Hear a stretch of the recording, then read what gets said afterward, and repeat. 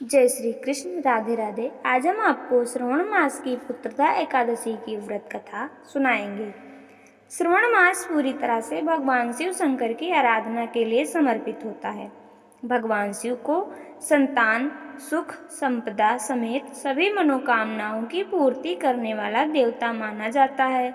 इनके प्रिय मास सावन में पड़ने वाली पुत्रदा एकादशी व्रत के दिन भगवान विष्णु की पूजा की जाती है।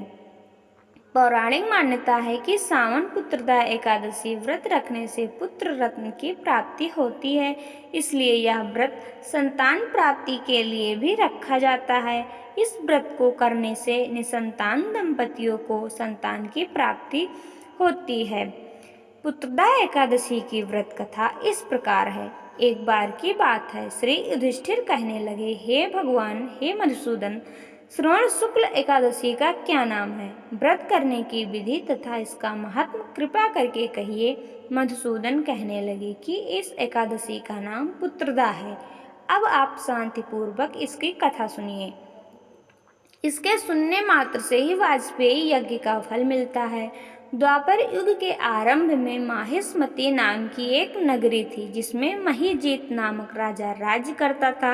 लेकिन पुत्रहीन होने के कारण राजा को राज्य सुखदायक नहीं लगता था। उसका मानना था कि जिसके संतान न हो उसके लिए यह लोक और परलोक दोनों ही दुखदायक होते हैं। पुत्र सुख की प्राप्ति के लिए राजा ने अनेक उपाय किए, परंतु राजा को पुत्र की प्राप्ति नहीं हुई। वृद्धावस्था आती देखकर राजा ने प्रजा के प्रतिनिधियों को बुलाया और कहा, हे प्रजाजनों, मेरे खजाने में अन्याय से उपार्जन किया हुआ धन नहीं है। न मैंने कभी देवताओं तथा ब्राह्मणों का धन छीना है। किसी दूसरे की धरोहर भी मैंने नहीं ली। प्रजा को पुत्र के समान पालता रहा। मैं अपराधियों को पुत्र तथा बांधवों की तरह दंड देता रहा। कभी किसी से घृणा नहीं की, सबको समान माना है।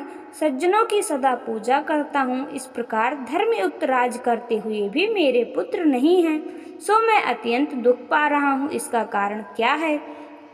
राजा महीजीत की इस बात को विचारने के लिए मंत्री तथा प्रजा के प्रतिनिधि वन को गए।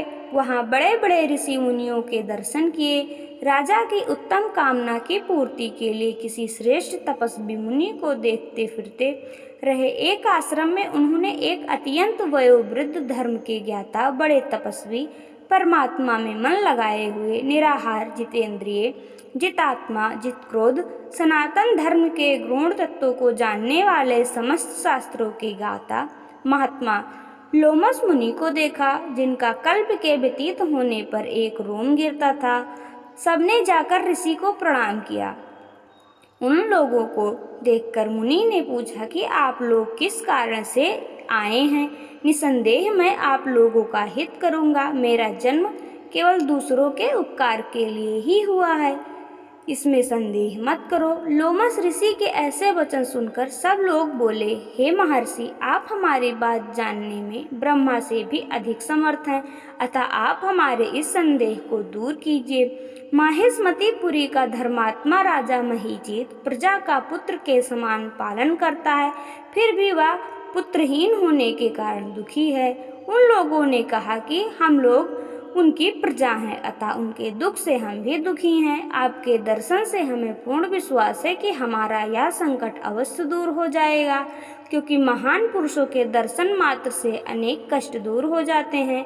अब आप कृपा करके राजा के पुत्र होने का उपाय बतलाएं।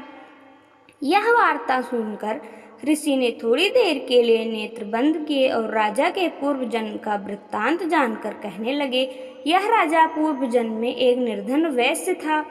निर्धन होने के कारण इसने कई बार बुरे कर्म किए। यह एक गांव से दूसरे गांव व्यापार करने जाया करता था। एक समय जेठ मास के शुक्ल पक्ष की द्वादशी के दिन मध्याह्न के समय जबकि वह 2 दिन से भूखा प्यासा था, एक जलाशय पर जल पीने गया।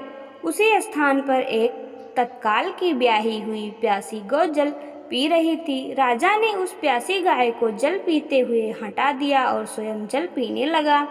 इसलिए राजा को यह दुख सहना पड़ रहा है।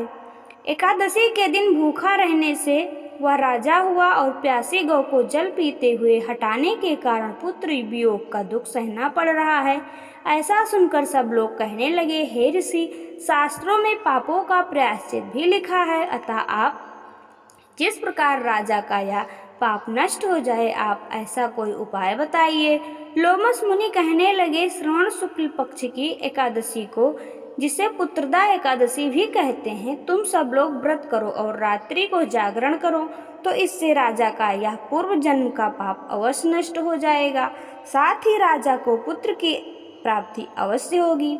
लोमस ऋषि के ऐसे वचन सुनकर मंत्रियों सहित सारी प्रजा नगर को वापस लौट आई, और जब श्रवण शुक्ल एकादशी आई तो ऋषि की आज्ञा अनुसार सबने पुत्रदा एकादशी का व्रत और जागरण किया।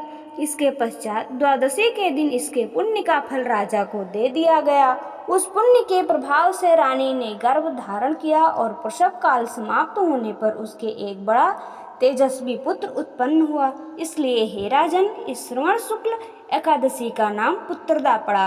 अतः संतान सुख की इच्छा हासिल करने वाले इस व्रत को अवश्य करें। इसके महात्म को सुनने से मनुष्य सब पापों से मुक्त हो जाता है और इस लोक में संतान सुख भोग कर परलोक में स्वर्ग को प्राप्त होता है।